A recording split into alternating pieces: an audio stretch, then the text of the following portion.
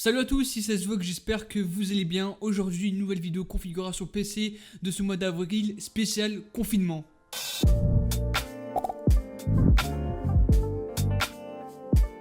Alors oui, je sais que en ce moment pour réaliser une configuration PC c'est assez compliqué puisque bon, il y a beaucoup trop de demandes par rapport aux composants, ce qui fait qu'il y a des hausses de prix et surtout il n'y a pas assez de promotions en ce moment même.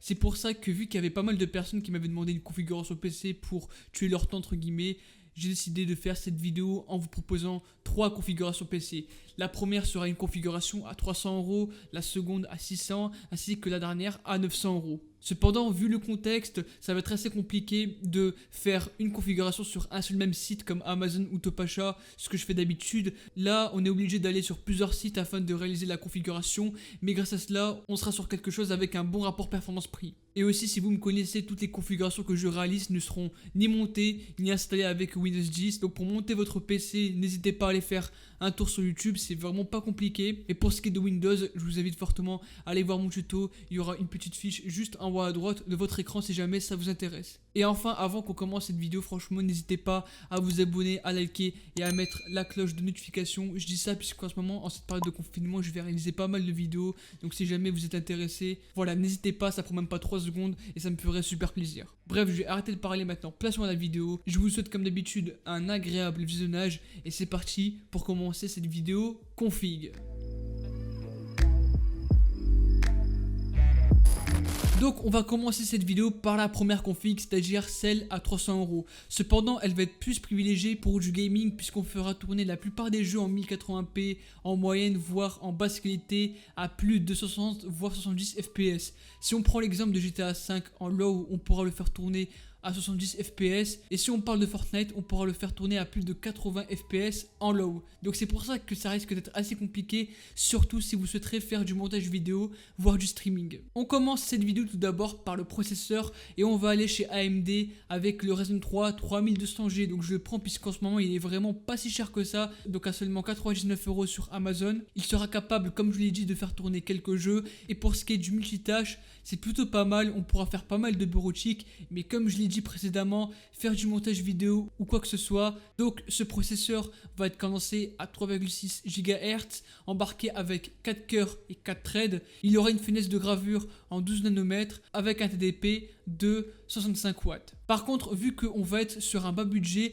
j'ai pris celui-ci puisqu'il va être embarqué avec un chipset graphique qui est la RX Vega 8 et sera capable, comme je vous l'ai dit, de faire tourner quelques jeux comme GTA V, Fortnite, etc. Après, si jamais vous voulez avoir mieux pour ce qui est des performances, vous pouvez toujours aller en occasion et prendre une carte graphique pour seulement 40€ comme la R9 290. D'ailleurs, j'ai fait une vidéo sur ce sujet et si jamais ça vous intéresse, il y aura le lien dans la description. Et enfin, pour ce qui est du système de refroidissement, ce processeur va être embarqué avec son mode Cherad de base avec la pâte thermique préappliquée, donc ça ne sert à rien de rajouter 30€ supplémentaires pour un vent Cherad. Pour ce qui est de la carte mère, je vous propose 2 modèles.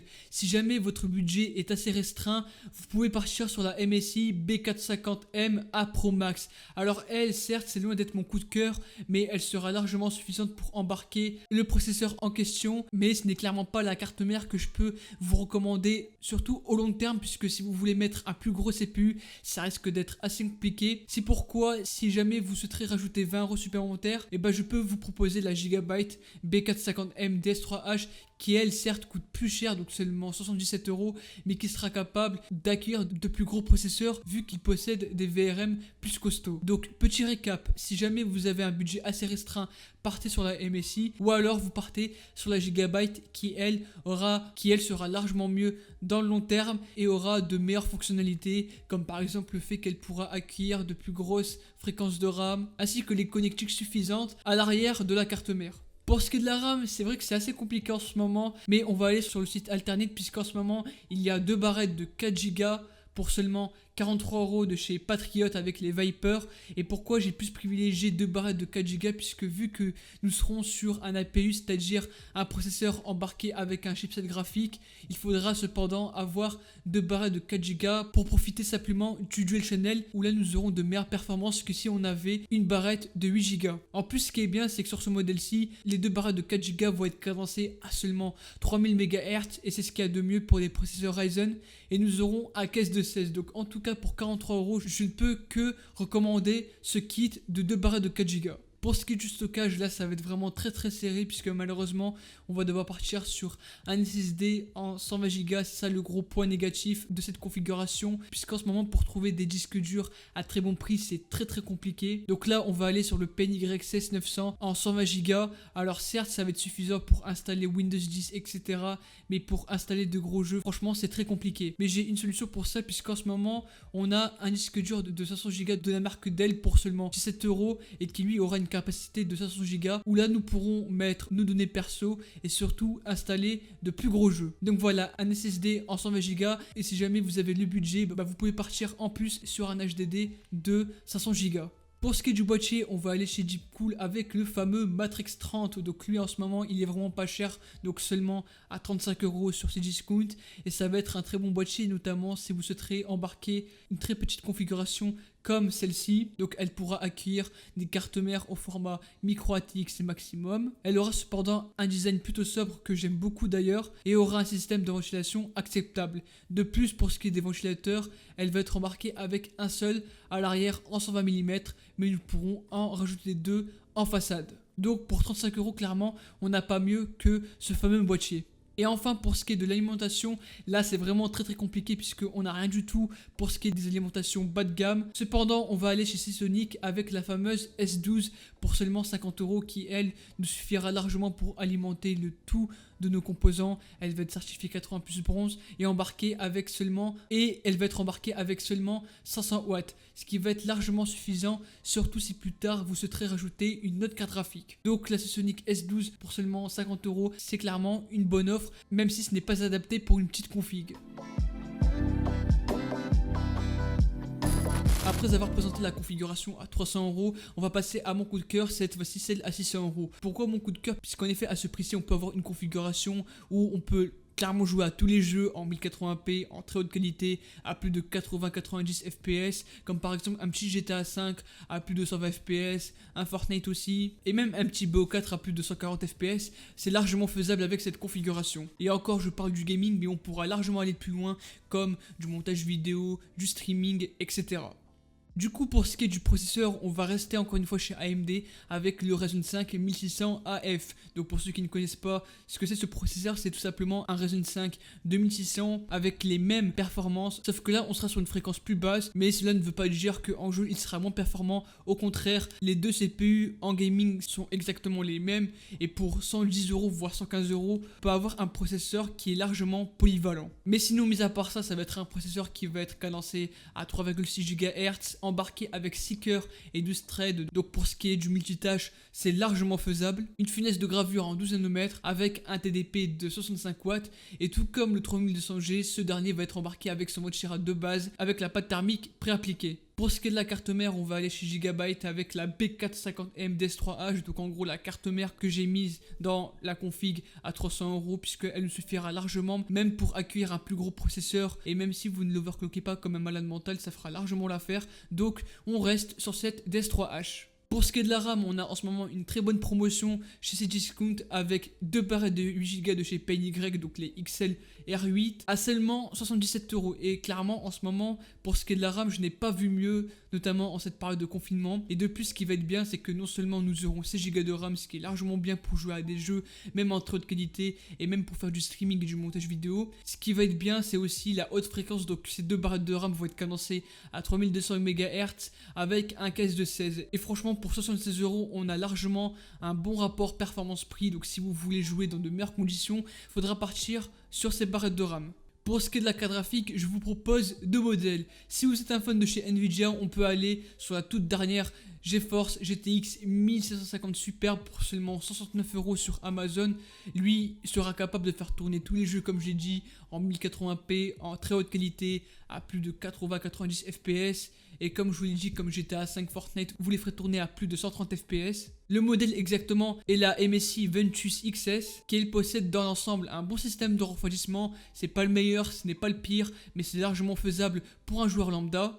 Donc bon système de refroidissement, ventilateur très silencieux. Et aussi surtout ce que j'aime bien, c'est son prix qui est à 169 € sur Amazon. C'est un excellent prix pour une carte graphique comme celle-ci. Mais après je sais qu'il y a des gens qui n'aiment pas Nvidia, du coup c'est pour ça qu'on va aller chez AMD avec la fameuse RX 580 version 8 Go qui elle ne coûte que 175 € et qui elle a quasiment les mêmes performances que cette GTX 1650 Superbe. Mais ça va surtout dépendre des jeux, puisqu'il y a des jeux qui seront plus optimisés chez Nvidia et d'autres chez AMD. Et le modèle précis, ça va être la XFX. Alors c'est loin d'être la meilleure, puisque bon, les Sapphire en ce moment ne sont plus à un très bon prix, et les XFX chez AMD c'est plutôt moyen, donc faudra faire attention. Mais si vous êtes tout de même un joueur lambda et que par exemple vous ne l'overclockez pas ou je ne sais quoi, ça fera largement l'affaire. Mais en tout cas personnellement je préfère plus la GTX 1650 Superbe, qui elle est plus polyvalente et qui offre dans l'ensemble de très bonnes performances, que ce soit en très haute qualité, en medium ainsi qu'en low. Par rapport au stockage, on va retourner sur le SSD, donc le PNY16 900 en 120 Go, malheureusement pas en 240 Go puisque les prix des SSD ont complètement explosé, puisqu'avant ça ne coûtait même pas 30 € et là pour retrouver un 240 Go ça coûte minimum 41 € et c'est clairement pas le but. Du coup on va prendre un 120 Go et on va le coupler avec un HDD de 1 Tera avec le bon fameux Seagate Barracuda version 1 Tera et qui lui sera largement suffisant pour stocker tous vos jeux ainsi que toutes vos données personnelles, et le SSD vous permettra d'installer Windows. Donc le SSD ne coûte que 29 € et le HDD en question ne coûte que seulement 35 €, donc c'est plutôt un très bon prix, notamment en cette période de confinement. Pour ce qui est du boîtier, on va aller chez Cooler Master avec le fameux Masterbox MB511. Donc celui-ci ne coûte que 53 € sur Cybertech. Alors pourquoi Cybertech? Puisqu'en ce moment il propose les meilleurs prix pour tout ce qui est boîtier ainsi qu'alimentation, voire aussi les cartes graphiques. Et ce MB511, il a de très gros points forts, comme le fait qu'il acceptera toute la configuration. Il va être compatible avec les cartes mères micro ATX comme ATX. Il aura surtout un très beau design, bien sobre, de couleur noire. Et surtout ce que j'aime bien, c'est son système de ventilation. En façade on va retrouver une grille d'aération où l'air passera facilement. Comme ça vous rajoutez 3 ventilateurs et ça fera largement le taf.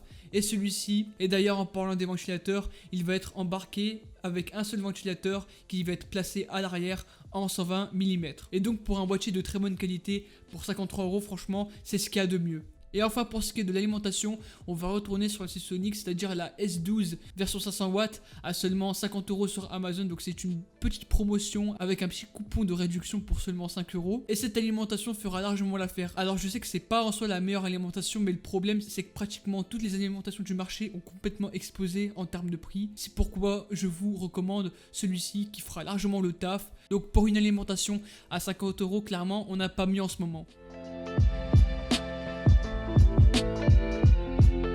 Et enfin, on va terminer cette vidéo par la dernière config, c'est-à-dire celle à 900 € où là tout sera permis, c'est-à-dire qu'on pourra faire tourner tous les jeux en 1080p, en ultra à plus de 90, 100 fps et même faire tourner quelques jeux en 1440p, ça sera largement faisable. Pour ce qui est de grosses tâches lourdes, là faudra pas s'inquiéter puisque ça va être le gros point positif, c'est que si vous voulez streamer sans aucun problème avec OBS, faire du gros montage vidéo, cette configuration est faite pour vous. Donc pour ce qui est du processeur, on va commencer et on va encore une fois aller chez AMD, cette fois-ci avec le fameux Ryzen 5 3600. Donc lui, il ne coûte que 189 € sur Amazon et c'est un excellent processeur, c'est surtout vous voulez faire beaucoup de multitâches. Donc lui, tout comme le 1600 AF, il aura les mêmes caractéristiques, c'est-à-dire qu'il va être cadencé à 3,6 GHz, embarqué avec 6 cœurs et 12 threads, une finesse de gravure en 7 nanomètres avec un TDP de 65 watts. Et tout comme les autres Ryzen, il va être embarqué avec son mode Chariot de base, avec la pâte thermique préappliquée, vous connaissez l'histoire.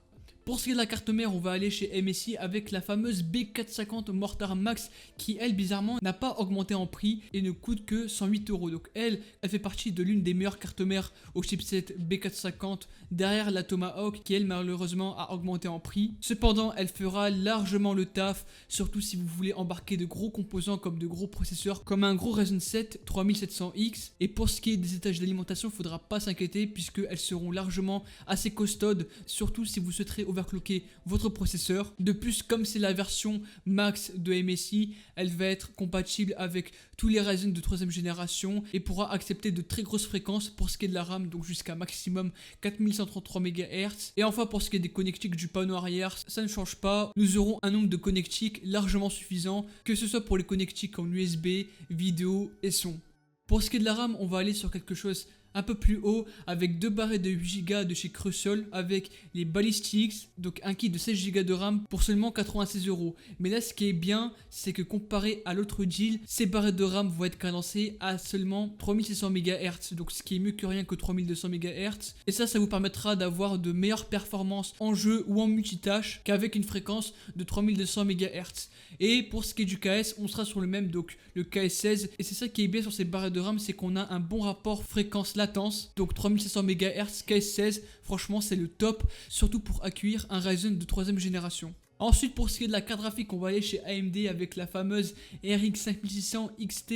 Elle ne coûte que seulement 279€ sur Top Achat, ce qui est un très bon prix. Et on sera sur le modèle de Gigabyte avec la WindForce. Et elle, ce qui est bien, c'est qu'elle a plutôt un bon système de refroidissement, pas comme les anciennes Radeon. Là, en effet, on sera sur un bon système de refroidissement avec un bon gros radiateur. Et pour ce qui est des performances, si vous jouez en 1080p, ça va être pour moi la meilleure carte graphique. Après, il y a moyen de monter en 2K, mais si vous voulez avoir un bon nombre d'FPS, faudra cependant baisser un petit peu les graphismes en jeu.